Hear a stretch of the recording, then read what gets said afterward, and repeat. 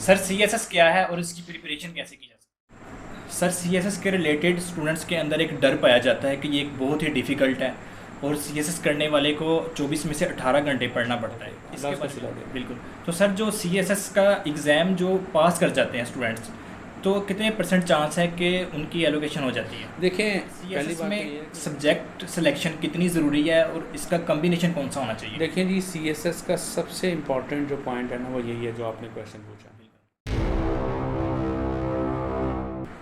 अस्सलाम वालेकुम नाजरीन, मैं हूं वकार यूनस और आज हम सीएसएस और पीएमएस की प्रिपरेशन के ऊपर एक सेशन कंडक्ट करने जा रहे हैं। और मेरे साथ मौजूद हैं प्रोफेसर मोहम्मद राशिद साहब। आप मुल्क के माया नाज अदारों में बतौर मुअल्लिम अपनी खिदमात सर अंजाम दे चुके हैं। आप मुहिब्बुल वतनी और नेशन बिल्डिंग के जज्बे से सरशार हैं और आज आप हमें सीएसएस और पीएमएस की तैयारी के रिलेटेड गाइड करेंगे। सर सीएसएस क्या है और इसकी प्रिपरेशन कैसे की जा सकती है? बेटा, सीएसएस है ना, फेडरल पब्लिक सर्विस कमीशन की तरफ से कंडक्ट करने वाला एक एग्जामिनेशन है जो हर साल पाकिस्तान में कंडक्ट होता है। और ये पाकिस्तान में तकरीबन सबसे हाईएस्ट क्वालिफिकेशन, सबसे हाईएस्ट कंपैरेटिव एग्जामिनेशन कंसिडर होता है। और इसके अंदर हर साल गवर्नमेंट जो है वो ऐड देती है अखबारात के अंदर, और पूरे पाकिस्तान से कैंडिडेट्स जो हैं उस ऐड के बिहाफ के ऊपर अप्लाई करते हैं। इसकी मिनिमम रिक्वायरमेंट होती है ग्रेजुएशन, कि एक स्टूडेंट जो है वो सी ग्रेड के साथ ग्रेजुएट हो। उसमें बीए, बीएससी, बीकॉम भी एप्लीकेबल है। आजकल डिग्री एडीपी भी है और बीएससी, बीएस भी है। तो किसी भी डिसिप्लिन के अंदर वो डिग्री एप्लीकेबल होती है, आप उसमें अप्लाई करें। और उसके बाद आप के साथ तकरीबन को 12 एग्जामिनेशन, 12 पेपर्स आपने कंडक्ट करने होते हैं। गवर्नमेंट उसको कंडक्ट करती है। उन 12 पेपर्स में से आपके 12 के 12 पेपर पास होना ज़रूरी है। 50% पासिंग मार्क्स होते हैं और कंपल्सरी सब्जेक्ट्स 600 के होते हैं और 600 जो है वो ऑप्शनल सब्जेक्ट के होते हैं। ऑप्शनल सब्जेक्ट आपने खुद सेलेक्ट करने होते हैं और जो कंपल्सरी सब्जेक्ट है वो तकरीबन तमाम स्टूडेंट्स ने अटैम्प्ट करने होते हैं, पास करने होते हैं। तो इसकी प्रिपरेशन करने के लिए जो सबसे बेहतरीन जो तरीके हैं जो हम लोग स्टूडेंट्स को मुख्तलिफ टाइम पर रिकमेंड करते हैं, वो ये है कि आप ना सीएसएस को एक लाइफ स्टाइल बनाएं। आप सीएसएस को अपने लाइफ स्टाइल में इंगेज करने की कोशिश ना करें, बल्कि अपने लाइफ स्टाइल को सीएसएस के लाइफ स्टाइल में इंगेज हो जाए। बच्चे क्या करते हैं, अपनी हैबिट्स को नहीं लीव करते हैं, अपनी हैबिट्स को वही कंटिन्यू रखते हैं और कहते हैं कि सीएसएस एक पार्ट टाइम जॉब है। हम जिस तरह बाकी एग्जामिनेशन देते रहे हैं कि आखिरी लास्ट नाइट स्टडी हम कर लेंगे तो सीएसएस हमारा हो जाएगा, ऐसा नहीं होता। इसके लिए बाकायदा एक फुल प्लानिंग होती है और उस प्लानिंग के बाद एक मुकम्मल एक स्केजुलाइज स्टडी डिसाइड की जाती है। फिर उसके बाद ये एग्जामिनेशन हम पास करने के काबिल होते हैं। ठीक है, अब लाइफ स्टाइल की जैसे मैंने बात की, तो आप ये देखें कि आपने एटलीस्ट कम से कम डेली बेसिस पर 12 आवर्स आपको कम से कम स्टडी करनी पड़ेगी। और स्टडी भी आपको बिल्कुल ऐसी करनी पड़ेगी, ऐसा नहीं है कि जब आप पढ़ रहे हो तो आपके हाथ में मोबाइल हो और आप उसको टच भी कर रहे हो, टिकटॉक भी देख रहे हो और साथ में मैसेजिंग भी कर रहे हो, डिस्टर्ब हो रही हो आपकी लाइफ। कभी आप सर को जा रहे हैं, कभी टांगे देख रहे हैं, कभी आपको बाहर से डिस्टर्बेंस आ रही है, कभी शोर आ रहा है। कुछ ऐसे तरीके से सीएसएस होने की उम्मीद नहीं होती। आपको एक इन्वायरमेंट क्रिएट करना पड़ता है और उसके अंदर आप अपने आप को इंगेज करें, तब आपका सीएसएस होता है। सर सीएसएस के रिलेटेड स्टूडेंट्स के अंदर एक डर पाया जाता है कि ये एक बहुत ही डिफ़िकल्ट है और सीएसएस करने वाले को 24 में से 18 घंटे पढ़ना पड़ता है। इसके बारे में आप क्या कहेंगे? देखें, सीएसएस के बारे में ना बहुत सारे मिथ्स हैं। हमने इंस्टेड के उन मिथ को देखें, उन मिथ को फॉलो करें, लोगों की बातों को फॉलो करें, ये टोटली गलत है। देखें, आप पाकिस्तान में ना हर साल तकरीबन अगर 25 से 30 हज़ार एप्लीकेंट्स होते हैं, तो उसमें जो सीरियस कैंडिडेट होते हैं ना, वो तकरीबन 2.5 से 3 हज़ार ही होते हैं। बाकी रेस्ट ऑफ द थिंग जो है वो इस बेसिस पे अप्लाई करते हैं कि चलो बेरोज़गार है, नौकरी नहीं मिल रही तो सीएसएस ट्राई कर लेते हैं, या सीएसएस इसलिए वो अप्लाई करते हैं कि जनाब चलो हम साथ साथ अपनी डिग्री कंप्लीट करते रहते हैं तो सीएसएस की ट्राई करके देख लेते हैं। मतलब वो सीएसएस को सीरियस होकर नहीं देखते हैं। तो ये एक मिथ है कि सीएसएस एक बहुत एक्स्ट्रा ऑर्डिनरी टफ एग्जामिनेशन है, वो बात नहीं है। आप सीएसएस को टारगेट ओरिएंटेड होकर करें, आप सीएसएस को टॉपिक ओरिएंटेड होकर करें, आप डेली बेसिस पे अपने टॉपिक डिवाइड करें, डेली बेसिस पे अपने टारगेट सेट करें तो सीएसएस हो जाता है। अब दूसरी बात यह है कि सीएसएस क्वांटिटेटिव आवर्स की बात नहीं करता, सीएसएस बात करता है क्वालिटेटिव आवर्स की। देखिए, एक स्टूडेंट जो है वो एक ही टॉपिक को 12 घंटे में जाकर प्रिपेयर करता है, वो क्यों ऐसा इतना टाइम लेता है? क्योंकि उसने अपनी एक्टिविटी को डिवाइड किया होता है। मतलब वो पढ़ाई के दौरान कभी कोई काम कर रहा है, कभी डिस्टर्बेंस हो रही है उसको, कभी उसकी तवज्जो कहीं और बटी हुई है, कभी सोच कहीं और गई हुई है, तो इतना टाइम वो ले लिया। अब एक बच्चा है जिसने पूरी कंसंट्रेशन के साथ वही टॉपिक 2 घंटे में तैयार कर लिया। अब 2 और 12 घंटे में डिफरेंस तो है ना। तो CSS ये बात नहीं करता कि आपने जनाब 12 घंटे पढ़ना है, 18 घंटे पढ़ना है, नहीं, आपने ये देखना कि आपने क्वालिटी आवर्स कितने दिए, बिल्कुल आपने टॉपिक डेली बेसिस पर कितने कवर किए हैं, जो आपने टारगेट सेट किया था उस पर आप पूरा उतर रहे हैं कि नहीं उतरते।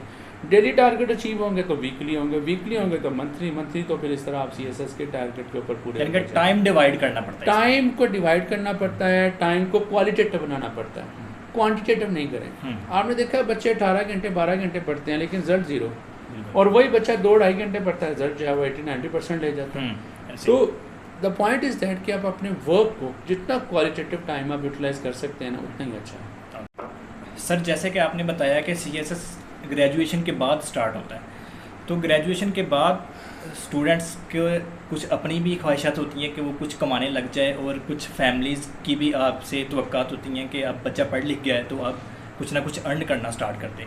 लेकिन जब वो CSS स्टार्ट कर देता है तो CSS एक टाइम कंज्यूमिंग और पेशेंस का नाम है, तो इस सिचुएशन को फिर कैसे हैंडल किया जा सकता है? देखें, ये बहुत बड़ा मसला है हमारी सोसाइटी में। हमारे पेरेंट्स ये बिलीव करते हैं कि हमने बच्चे को अब 14 ईयर एजुकेशन दे दी है, अब इधर से वो पढ़ेगा, अगले दिन नौकरी लग जाएगी, अगले दिन गाड़ी आ जाएगी, घर हो जाएगा, बंगला हो जाएगा, और जनाब हमारा बेटा जो है वो महान बन जाएगा। ऐसी बात नहीं होती। पहले तो हमें पेरेंट्स की ये साइकी को चेंज करना पड़ेगा। दूसरी बात यह है कि जब हम ग्रेजुएट होते हैं तो हमें ग्रेजुएट होने के बाद भी अपनी डायरेक्शन का पता नहीं होता। तो होना ये चाहिए कि बच्चों को मैट्रिक लेवल से ही डायरेक्शन दे देनी चाहिए। बिल्कुल। बच्चे का एप्टीट्यूड चेक करें, उसके मुताबिक बच्चा अगर मिलिट्री की तरफ जाना चाहता है तो उसको मिलिट्री रिलेटेड अपने कोर्सेज पढ़ाएं, उसका इंटरेस्ट चेक करें, और अगर वो CSS की तरफ जाना चाहता है तो उसको डेली बेसिस पे न्यूज़पेपर पढ़ने की हैबिट डेवलप करें, उसको करंट अफेयर के साथ अपडेट रहने की बात करें, उसके साथ डिस्कशंस करें, उसके साथ बातें करें। ऐसे आप अपने घर का एनवायरनमेंट ऐसा बिल्डअप कर दें कि जब हम एक गैदरिंग के अंदर बैठे हों, खाना खा रहे हों, या एक हमारी मीटिंग फैमिली मीटिंग चल रही हो, तो उसके अंदर हम टॉपिक छोड़ें, बजाय इसके कि हम फलाने रिश्तेदार ने ऐसा किया, फलाने मोहल्लेदार ने ऐसा किया, फलाने ने ये किया, ये बातों को छोड़ के आप इशू ओरिएंटेड बातों को, उससे क्या होगा, बच्चे की साइकी डेवलप होना शुरू हो जाएगी। तो बच्चा जो ग्रेजुएशन के बाद सोचेगा कि अब मैंने क्या करना है, बिल्कुल वो ग्रेजुएशन के दौरान सोच चुका होगा, और जैसे ही ग्रेजुएशन कंप्लीट होगी उसका वो टारगेट कंप्लीट हो। सर ये एक बहुत बड़ा मसला है हमारे स्टूडेंट्स के अंदर कि जब जैसे वो ग्रेजुएट होता है तो समझ नहीं आती कि उसने करना क्या है। तो ये आपने एक बहुत ही अच्छा पॉइंट बताया कि उसको मैट्रिक के बाद से ही आप गाइड करना स्टार्ट कर देंगे, उसके इंटरेस्ट क्या है। बिल्कुल बिल्कुल, लाजमी नहीं है कि वो CSS करे या फौज में जाए, जो उसका इंटरेस्ट है वो कर सकता है। उसके अलावा देखें, दूसरी बात आपने जो पूछी थी वो ये थी कि बच्चे को जो है ना ग्रेजुएशन के बाद जो है पेरेंट्स ये बिलीव करना शुरू कर देते हैं कि यार दोबारा फिर अब ये 2 साल और पेपर तैयारी करेगा CSS, फिर पता नहीं CSS होता है कि नहीं होता, फिर वो एक नया खर्चा अफोर्ड, तो ये एक पेन है जो कि पेरेंट्स को होती है। और CSS होता भी भाई 50% इसमें चांस है, 50% आप में इसमें लक भी इस्तेमाल होती है, और 50% आपकी हार्डवर्क भी होती है। और फिर ये बिल्कुल नहीं हो सकता कि आपने 100% अपनी एफर्ट पुट किया तो फिर भी आपका CSS हो जाए। और बाज़ दफ़ा ऐसा होता है कि आपने बहुत कम एफर्ट पुट किया लेकिन आप CSS रिटर्न क्वालिफाई कर जाते हैं। फिर एक और भी चांस है कि आप रिटर्न क्वालिफाई करते हैं लेकिन इंटरव्यू के बाद आपकी एलोकेशन फिर नहीं होती, फिर एक नया इशू। तो ये प्रॉब्लम है। देखिए हमें ना CSS को समझना है, जो CSS की प्रिपरेशन है ना उसको कम से कम आपको साल एक से 1.5 साल का अर्सा रिक्वायर्ड होता है, और बिल्कुल पैशनेट के साथ, डिटर्मिनेशन के साथ, टारगेट ओरिएंटेड के साथ। देखिए आप इस CSS को ना पार्ट टाइम ना लें, पहली बात तो ये है। और दूसरी बात यह है कि CSS को आप ऑप्शनल ना लें कि यार अगर ये ना हुआ तो ये से, ये ना हुआ तो ये से। और तीसरी बात, CSS के 3 चांस है ना, तो 3 चांस तक वेट नहीं करें। आप पहले चांस में ही उतनी एफर्ट पुट करें कि जनाब आप मैक्सिमम अपना पुट कर दें जो पहली एफर्ट में करना है। रेस्ट ऑफ द थिंग्स आप अल्लाह पे छोड़ दें। बिल्कुल ऐसे ही वो कहते हैं ना, माली दा कम पानी देना पर मशका पावे, मालक दा कम फल फूल लोना लावे। आपका काम है अपनी एफर्ट पुट करना, ऐसे ही बाकी rest of the thing put to the God. बिल्कुल ऐसे। और अल्लाह आपकी मेहनत पे बिलीव रखें, वो आपकी मेहनत ज़ाया नहीं करना देता। बिल्कुल ऐसे ही। आप मेहनत करें, अल्लाह उसका फल देगा, अल्लाह उसका सिला देगा। बिल्कुल। तो सर जो CSS का एग्ज़ाम जो पास कर जाते हैं स्टूडेंट्स, तो कितने % चांस है कि उनकी एलोकेशन हो जाती है? देखें पहली बात तो ये है कि जो रिटर्न क्वालिफाई करता है ना वो आम बंदा नहीं होता। इसलिए CSS के स्टूडेंट्स ये बिल्कुल अपने आप को ना समझें कि आप CSS की प्रिपरेशन करके आप जनाब अपने सीनियर से जो MPhil और PhD की तरफ चले उनके पीछे रह गए, नहीं, ऐसी बात नहीं है। CSS पूरी एक ट्रेनिंग कोर्स है। मैं ये कहता हूँ ज़िंदगी में जो बच्चा 1 या 2 दफ़ा CSS की अटैम्प्ट ले लेता है तो उसकी पर्सनैलिटी में बहुत ज़्यादा तब्दीली आती है, उसकी शख्सियत बड़ी डेवलप हो चुकी होती है, उसका एनालिसिस डेवलप हो जाता है, उसकी सोच चेंज हो जाती है। बिल्कुल ऐसी। अच्छा, दूसरी बात यह है कि आप CSS करने के दौरान जो आपने क्वेश्चन क्या किया था, ये मैंने पूछा कि क्या उनकी जो पास कर जाते हैं CSS उनकी एलोकेशन होती है कि नहीं होती, ये आपने पूछा है।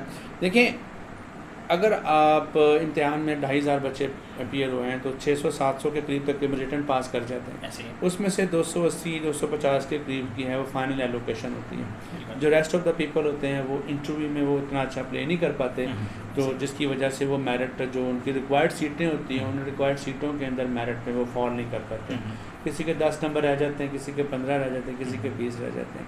लेकिन ख्याल ये किया जाता है कि आप रिटर्न में मैक्सिमम एफर्ट पुट करें, और जैसे ही आप रिटर्न इम्तिहान दे चुके हों आपको स्टूडेंट्स को माशाल्लाह अपनी एफर्ट पे बिलीव होता है कि मैंने अब अच्छा पुट कर दिया, तो रिटर्न इम्तिहान के फ़ौरन बाद जो है वो इंटरव्यू की प्रिपरेशन शुरू कर दें। और इंटरव्यू की प्रिपरेशन भी कोई स्पेशल टास्क नहीं होता, ये ऐसे ही होता है जैसे आप और मैं बैठे हैं। आप डिस्कशन अरेंज करें अपने स्टूडेंट्स के साथ, अपने साथ एक ऐसा ग्रुप डेवलप करें और उस ग्रुप को टॉपिक डिवाइड करें, कभी वो आपके टॉपिक को डिफेंड कर रहा हो, कभी आप अपने टॉपिक को डिफेंड कर रहे हो, इस तरह एक पैनल बना के उनके साथ डिस्कशन करें। ये एक सीखने का माहौल बन जाएगा, एक दूसरे को सिखाएंगे, सीखने का माहौल बन जाता है। आप एक दूसरे के साथ डिस्कस करेंगे, लर्निंग ओरिएंटेड इन्वायरमेंट होगा, आपके साथ इस तरह कड़ी से कड़ी मिलती मिलती आपके साथ कॉम्पिटेंट लोगों का एक बन जाएगा, डेवलप हो जाएगा। तो जब रिटर्न आप दे चुके होते हैं तो उसके फ़ौरन बाद इंटरव्यू का प्रिपरेशन करना शुरू कर दिया करें। सर, CSS में सब्जेक्ट सिलेक्शन कितनी ज़रूरी है और इसका कम्बिनेशन कौन सा होना चाहिए? देखिए जी, CSS का सबसे इम्पॉर्टेंट जो पॉइंट है ना वो यही है जो आपने क्वेश्चन पूछा। बिल्कुल, सब्जेक्ट ठीक है, बहुत ज़बरदस्त है। आप देखें, आपको पता ही नहीं है आपकी मंजिल की तरफ जाने वाला रास्ता कौन सा है, तो आप कैसे पहुँचेंगे? बिल्कुल ऐसे ही। ठीक है, जो सबसे बड़ा फेलियर ऑफ द स्टूडेंट्स होता है ना वो यही होता है कि स्टूडेंट अपने नॉलेज को, अपनी पोटेंशियल्स को, जो कैपेबिलिटीज़ उसको अल्लाह ने दी हैं, देखिए हर शख्स की कैपेबिलिटीज़ डिफरेंट होती है। बिल्कुल ऐसे ही। आपकी अलग है, अरसान की अलग है, फैज़ान की अलग है, मेरी अलग है, फलाने की अलग है, फलाने की अलग है। बिल्कुल ऐसे ही। तो आप अगर दूसरे बंदे की अप्लाई की हुई स्ट्रेटजी को अपने ऊपर अप्लाई करेंगे और उसकी बेस के ऊपर सक्सेस हासिल करेंगे, ये मुमकिन नहीं है। बिल्कुल ऐसे ही। तो इसलिए जब भी आप सब्जेक्ट की सिलेक्शन करें तो आप अपना स्वॉट एनालिसिस करें, आप अपनी स्ट्रेंथ चेक करें, अपनी वीकनेसेस देखें अपनी, और अपने अपॉर्चुनिटीज़ कैसे बेनिफिट लेना है, और आपने अपने थ्रेट्स देखने जिसमें आप लूज़ हैं। तो अपनी वीकनेसेस को मिनिमाइज़ करें और अपनी अपॉर्चुनिटीज़ को, अपनी जो पॉजिटिव स्ट्रेंथ को हाईलाइट करें। अच्छा, अब डिपेंड करता है कि सब्जेक्ट की सिलेक्शन कैसे करें। जी जी। देखिए, जिसमें आपका इंटरेस्ट है सबसे पहले वो सब्जेक्ट लें, और जिसमें आपने मास्टर्स हैं, कम से कम मैं ये कहता हूँ जिसमें मास्टर्स या बैचलर्स जो आपने पढ़ा हो 2-2.5 साल आपने पढ़ा, वो सब्जेक्ट आप लें साथ में। लोग आपको कहेंगे जी केमिस्ट्री ना लें, फिजिक्स ना लें, लेकिन आपको पता है कि आपसे ज़्यादा कोई फिजिक्स या केमिस्ट्री जानता ही नहीं है, तो आप ये उसको फॉलो ना करेंगे यार फलाना सब्जेक्ट ले लें, फलाना नहीं।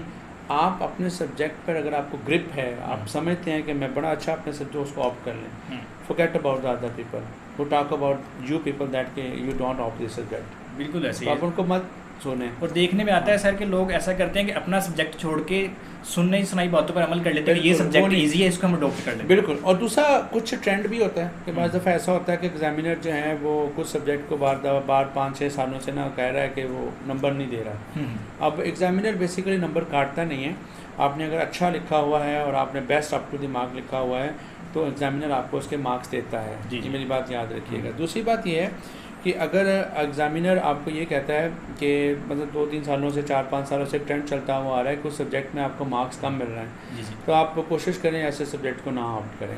दूसरी बात ये है। तीसरी बात यह है कि सब्जेक्ट कुछ ऐसा सेट करें, ऐसा सेट करना चाहिए जो आपकी फॉरेन पॉलिसी जिस डायरेक्शन की तरफ जा रही होती है। जैसे आप देखें पाकिस्तान की जो फॉरेन पॉलिसी पिछले 4-5 सालों में थी वो टुवर्ड्स ईस्ट हो रही थी, मतलब आप चाइना की तरफ, रशिया की तरफ मूव हो रहे थे, तो आपकी फॉरेन पॉलिसी में अब प्रो चाइनीज़ इन्फ्लुएंस ज़्यादा नज़र आ रहा था ऐसे। तो एग्जामिनर ने, मैंने देखा है कुछ स्टूडेंट्स के साथ ऐसा हुआ, लेकिन मैं 100% श्योर नहीं हूँ इस बात पे, लेकिन मेरा एनालिसिस है कि जो इंटरनेशनल लॉ था और यूएस हिस्ट्री था उसको काफ़ी हिट हुआ है। तो ट्रेंड देखना चाहिए कि वर्ल्ड का और आपकी फॉरेन पॉलिसी का किस डायरेक्शन की तरफ जा रहा है, तो उस डायरेक्शन की तरफ भी आपको सब्जेक्ट ऑप्ट करने की तरफ देखना चाहिए। बिल्कुल ठीक है? सही। तो डोंट फॉलो अदर्स, स्वॉट एनालिसिस अपना करें और उस स्वॉट एनालिसिस की बेस के ऊपर अपने सब्जेक्ट को सेट करें। बिल्कुल सही। जी।